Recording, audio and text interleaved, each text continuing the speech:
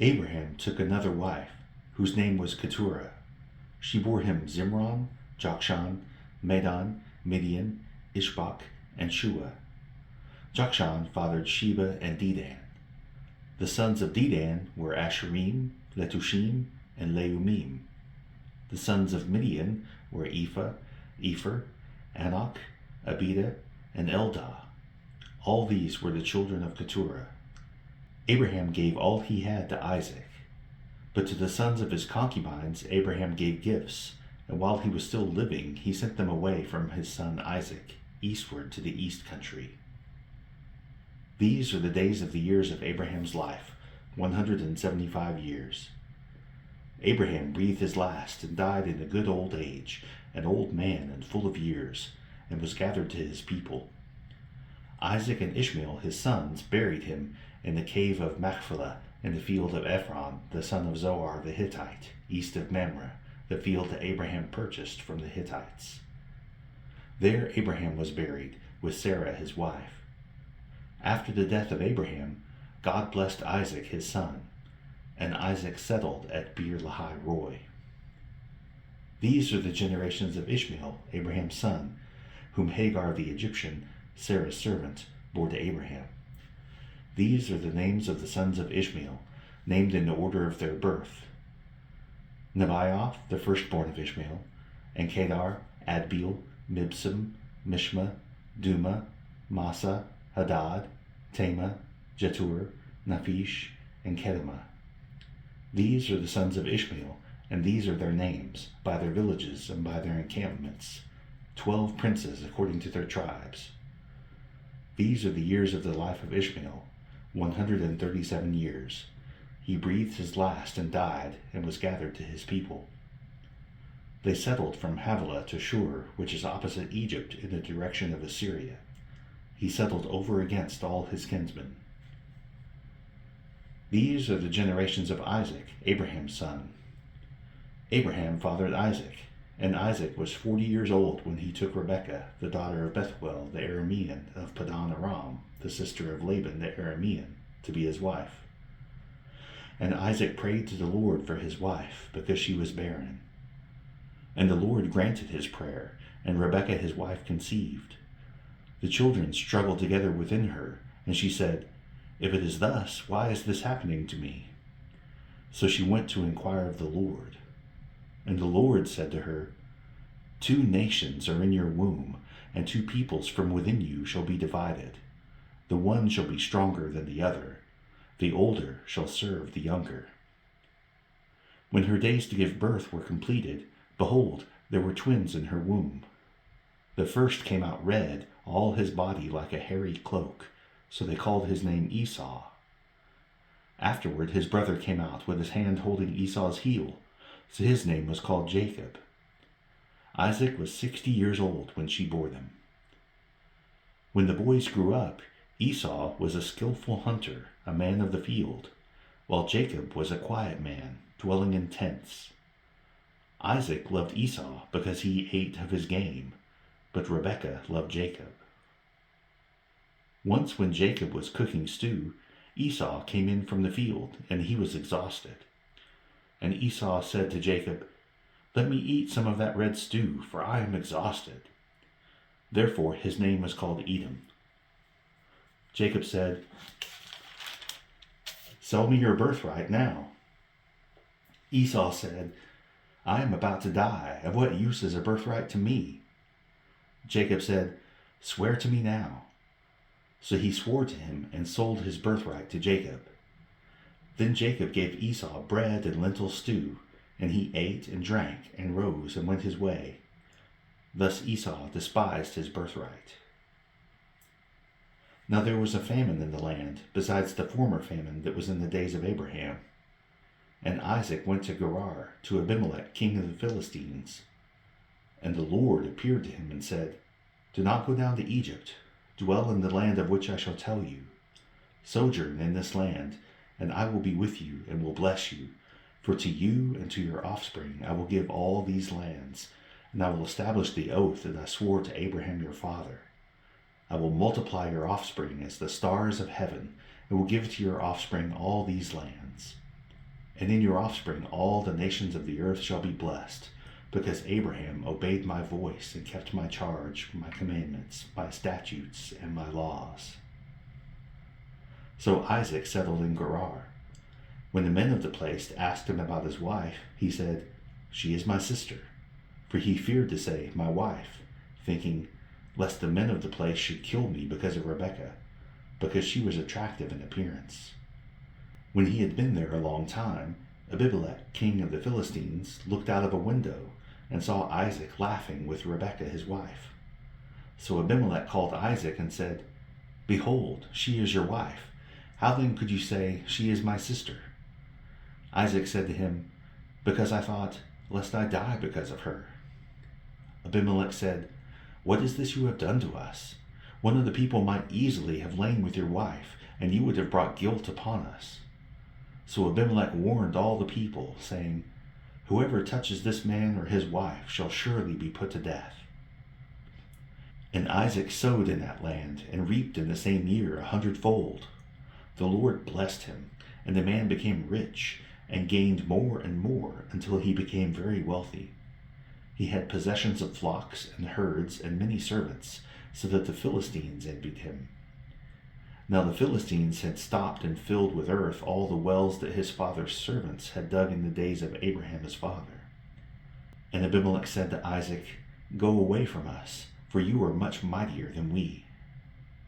So Isaac departed from there and encamped in the valley of Gerar and settled there. And Isaac dug again the wells of water that had been dug in the days of Abraham his father, which the Philistines had stopped after the death of Abraham. And he gave them the names that his father had given them. But when Isaac's servants dug in the valley and found there was a well of spring water, the herdsmen of Gerar quarreled with Isaac's herdsmen, saying, "The water is ours." So he called the name of the well Esek, because they contended with him. Then they dug another well, and they quarreled over that also. So he called its name Sitnah. And he moved from there and dug another well, and they did not quarrel over it. So they called its name Rehoboth, saying, "For now the Lord has made room for us, and we shall be fruitful in the land." From there he went up to Beersheba, and the Lord appeared to him the same night and said, "I am the God of Abraham your father. Fear not, for I am with you, and will bless you and multiply your offspring for my servant Abraham's sake." So he built an altar there and called upon the name of the Lord and pitched his tent there. And there Isaac's servants dug a well.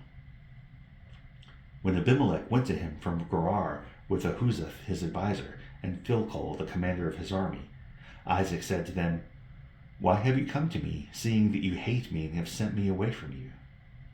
They said, "We see plainly that the Lord has been with you."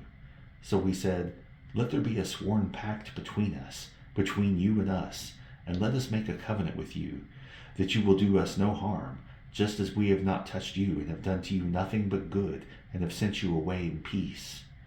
You are now the blessed of the Lord." So he made them a feast, and they ate and drank. In the morning they rose early and exchanged oaths. And Isaac sent them on their way, and they departed from him in peace. That same day Isaac's servants came and told him about the well that they had dug, and said to him, "We have found water." He called it Sheba, and therefore the name of the city is Beersheba to this day. When Esau was 40 years old, he took Judith, the daughter of Beeri the Hittite, to be his wife, and Basemath, the daughter of Elon the Hittite, and they made life bitter for Isaac and Rebekah. When Isaac was old and his eyes were dim so that he could not see, he called Esau his older son and said to him, "My son." And he answered, "Here I am." He said, "Behold, I am old. I do not know the day of my death. Now then, take your weapons, your quiver and your bow, and go out to the field and hunt game for me, and prepare for me delicious food such as I love, and bring it to me so that I may eat, that my soul may bless you before I die." Now Rebekah was listening when Isaac spoke to his son Esau. So when Esau went to the field to hunt for game and bring it, Rebekah said to her son Jacob, "I heard your father speak to your brother Esau, 'Bring me game and prepare for me delicious food, that I may eat it and bless you before the Lord before I die. Now therefore, my son, obey my voice as I command you. Go to the flock and bring me 2 good young goats, so that I may prepare from them delicious food for your father, such as he loves. And you shall bring it to your father to eat, so that he may bless you before he dies." But Jacob said to Rebekah his mother, "Behold, my brother Esau is a hairy man, and I am a smooth man. Perhaps my father will feel me, and I shall seem to be mocking him, and bring a curse upon myself, and not a blessing." His mother said to him, "Let your curse be on me, my son. Only obey my voice, and go, bring them to me." So he went and took them and brought them to his mother, and his mother prepared delicious food, such as his father loved. Then Rebekah took the best garments of Esau, her older son, which were with her in the house, and put them on Jacob, her younger son. And the skins of the young goats she put on his hands and on the smooth part of his neck. And she put the delicious food and the bread which she had prepared into the hand of her son Jacob. So he went in to his father and said, "My father." And he said, "Here I am. Who are you, my son?" Jacob said to his father, "I am Esau, your firstborn. I have done as you told me. Now sit up and eat of my game, that your soul may bless me." But Isaac said to his son, "How is it that you have found it so quickly, my son?" He answered, "Because the Lord your God granted me success." Then Isaac said to Jacob, "Please come near, that I may feel you, my son, to know whether you are really my son Esau or not." So Jacob went near to Isaac his father, who felt him and said, "The voice is Jacob's voice, but the hands are the hands of Esau." And he did not recognize him, because his hands were hairy like his brother Esau's hands. So he blessed him. He said, "Are you really my son Esau?" He answered, "I am." Then he said, "Bring it near to me, that I may eat of my son's game and bless you." So he brought it near to him, and he ate, and he brought him wine, and he drank. Then his father Isaac said to him, "Come near and kiss me, my son." So he came near and kissed him. And Isaac smelled the smell of his garments, and blessed him, and said, "See, the smell of my son is as the smell of a field that the Lord has blessed. May God give you the dew of heaven, and of the fatness of the earth, and plenty of grain and wine. Let peoples serve you, and nations bow down to you. Be Lord over your brothers, and may your mother's sons bow down to you. Cursed be everyone who curses you, and blessed be everyone who blesses you." As soon as Isaac had finished blessing Jacob, when Jacob had scarcely gone out from the presence of Isaac his father, Esau his brother came in from his hunting. He also prepared delicious food and brought it to his father. And he said to his father, "Let my father arise and eat of his son's game, that you may bless me." His father Isaac said to him, "Who are you?" He answered, "I am your son, your firstborn, Esau." Then Isaac trembled very violently and said, "Who was it then that hunted game and brought it to me, and I ate it all before you came, and I have blessed him? Yes, and he shall be blessed." As soon as Esau heard the words of his father, he cried out with an exceedingly great and bitter cry, and said to his father, "Bless me, even me also, O my father." But he said, "Your brother came deceitfully, and he has taken away your blessing." Esau said, "Is he not rightly named Jacob? For he has cheated me these 2 times. He took away my birthright, and behold, now he has taken away my blessing." Then he said, "Have you not reserved a blessing for me?" Isaac answered and said to Esau, "Behold, I have made him lord over you, and all his brothers I have given to him for servants, and with grain and wine I have sustained him. What then can I do for you, my son?" Esau said to his father, "Have you only but one blessing, my father? Bless me, even me also, O my father." And Esau lifted up his voice and wept. Then Isaac his father answered and said to him, "Behold, away from the fatness of the earth shall your dwelling be, and away from the dew of heaven on the high. By your sword you shall live, and you shall serve your brother. But when you grow restless, you shall break his yoke from your neck." Now Esau hated Jacob because of the blessing with which his father had blessed him. And Esau said to himself, "The days of mourning for my father are approaching. Then I will kill my brother Jacob." But the words of Esau, her older son, were told to Rebekah. So she sent and called Jacob her younger son, and said to him, "Behold, your brother Esau comforts himself about you by planning to kill you. Now therefore, my son, obey my voice. Arise, flee to Laban my brother in Haran, and stay with him a while, until your brother's fury turns away, until your brother's anger turns away from you, and he forgets what you have done to him. Then I will send and bring you from there. Why should I be bereft of you both in one day?" Then Rebekah also said to Isaac, "I loathe my life because of the Hittite women. If Jacob marries one of the Hittite women like these, one of the women of the land, what good will my life be to me?" Then Isaac called Jacob and blessed him and directed him, "You must not take a wife from the Canaanite women. Arise, go to Padan Aram, to the house of Bethuel, your mother's father, and take as your wife from there one of the daughters of Laban, your mother's brother.